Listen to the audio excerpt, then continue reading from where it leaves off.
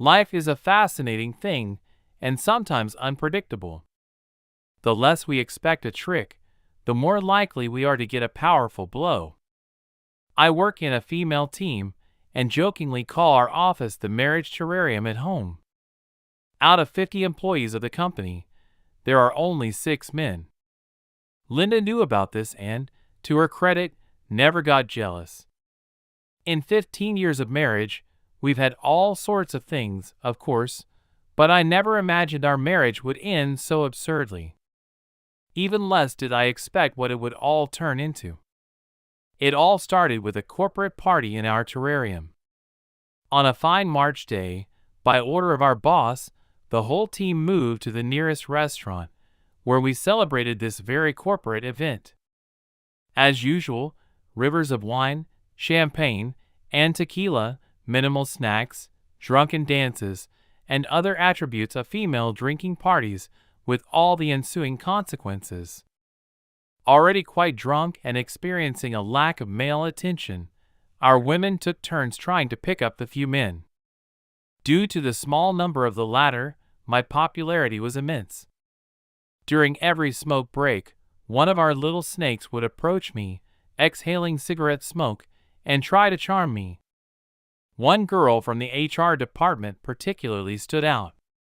Jessica had recently started working with us, chubby, energetic, and cheerful, and had already earned a reputation among our male minority as a generous soul, for which she received her favorite white chocolate bar from one of us every day.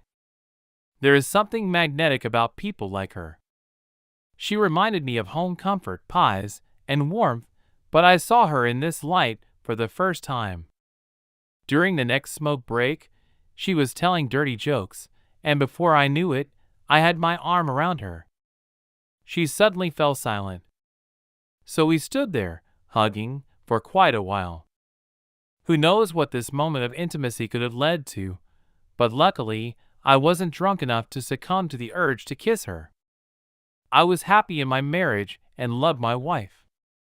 Closer to midnight, I went home alone to my beloved. Linda was awake, finishing some work. A desk lamp was shining, and the computer illuminated her focused face. Sitting on a chair with her legs tucked up, she reminded me of an owl. "Go take a shower. I'll finish this and make you some coffee." Linda never scolded me for coming home late, understanding that sometimes it's inevitable.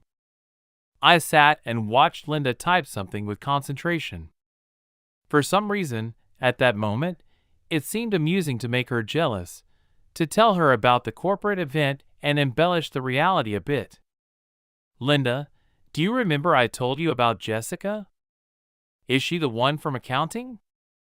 "No, she's the new brunette from HR, the juicy one."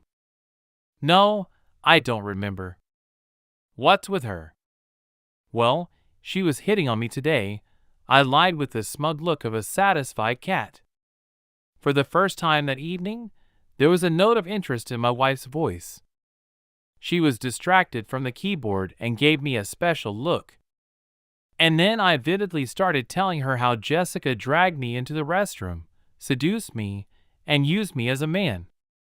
I tried to resist, but the alcohol I had drunk broke my will. My imagination ran wild, and I couldn't stop this stream of nonsense. I expected her to stand up, hit me on the shoulder, and throw a pillow at me, but her reaction was completely different.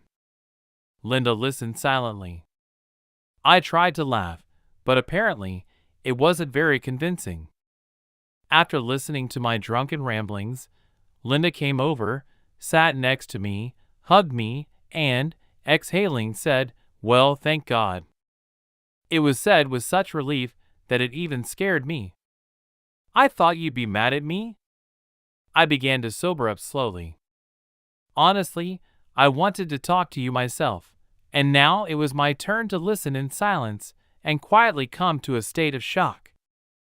Linda told me that for several months she had been having an affair with a colleague, that she had broken it off herself, said she was very sorry, and was glad that I also had a relationship on the side, and that we could start over because she loved me, and something else to that effect. She also said she wanted a child and that we would get through everything. Linda, what an idiot you are. That's probably all I could squeeze out of myself then. I was silent for a long time. I had no thoughts in my head. Only the memories of our 15 years together flashed before my eyes.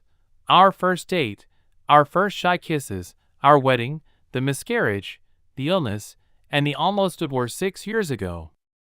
We went through all of this together, and I had always been sure of her. I knew she was by my side, no matter what. She was the anchor I needed in this life. Not once in all these years had I given her a reason to doubt me. Not once had I betrayed her. It was incomprehensible to me how she could do this to me. I think she believed all my drunken nonsense because she wanted to. She wanted to hear that I wasn't so good and was capable of the same baseness as she was. Linda was still sitting next to me, looking at me with a shameful gaze. She suddenly seemed distant and faceless to me. Go to bed. We'll talk tomorrow. I spent the whole night in the kitchen, drinking coffee. There was no sleep in my eyes, and the drunkenness quickly wore off. I still couldn't think, but I knew that I would have to make a decision. She came in before 5 in the morning. Why are you silent? Say something. From Linda's tone, I realized that a serious argument was about to start. What do you want me to say? The decision came instantly. I looked into the eyes of a woman who was now a stranger to me and didn't understand what could connect us now.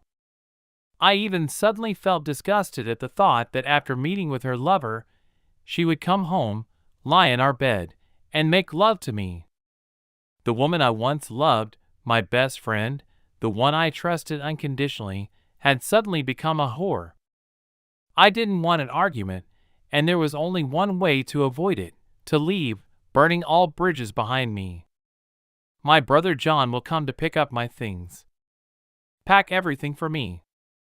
We'll finalize the divorce, sell the house, and split the money. I have nothing more to say to you, and I left.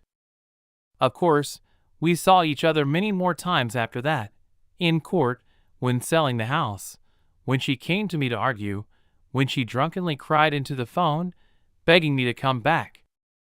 The most interesting thing is that she blamed everything on me. But I didn't care anymore.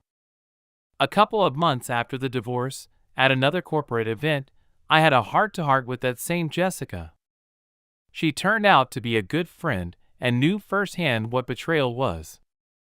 It turned out we had a lot in common. It all started with ordinary flirting, then we secretly met for several weeks, at her place, at mine, hugged in the office. And when she got pregnant, we finally got together. You know, it's pretty funny how drunken nonsense can ruin the lives of two people. And even funnier, that in the best traditions of novels, I got my happy ending. And as my wife Jessica now says, everything always works out for the best, even if not in obvious ways.